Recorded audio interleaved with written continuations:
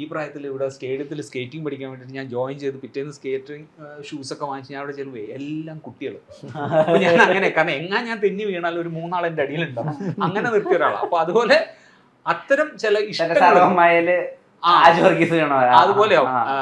മമ്മൂക്ക് ഏതോ പടത്തിൽ ഡാൻസ് പഠിക്കാൻ പോകുന്നില്ല, ആ സീനാണ് എനിക്ക് പെട്ടെന്ന് ഓർമ്മ വന്നത്.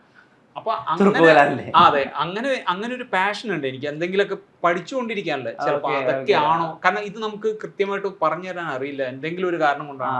കാരണം അതിന് വേണ്ടിയിട്ടായിട്ട് അത് വല്ലാത്തൊരു ട്രിപ്പാ, പുതിയ കാര്യം പഠിക്കുമ്പോ നമ്മൾ എപ്പോഴും, കാരണം നമ്മൾ ഷൂട്ടിംഗ് ഇല്ലാത്ത സമയത്തും അല്ലെങ്കിൽ ഞാനിപ്പോ എന്റെ എഴുത്തിന്റെ പരിപാടി നടക്കുമ്പോഴും, പക്ഷെ വൺസ് ഞാൻ എന്തെങ്കിലും ഒന്നിൽ ജോയിൻ ചെയ്താൽ അത് ഭയങ്കര കമ്മിറ്റഡ് ആയിട്ട് വളരെ ഞാൻ ചെയ്യാറുണ്ട്. ഐ മീൻ പഠിക്കുകയാണെങ്കിൽ ഞാനത് കൃത്യസമയവും അതിന് കൃത്യമായിട്ട് ഞാൻ ഡെഡിക്കേറ്റ് ചെയ്ത് ഞാനത് പഠിക്കും.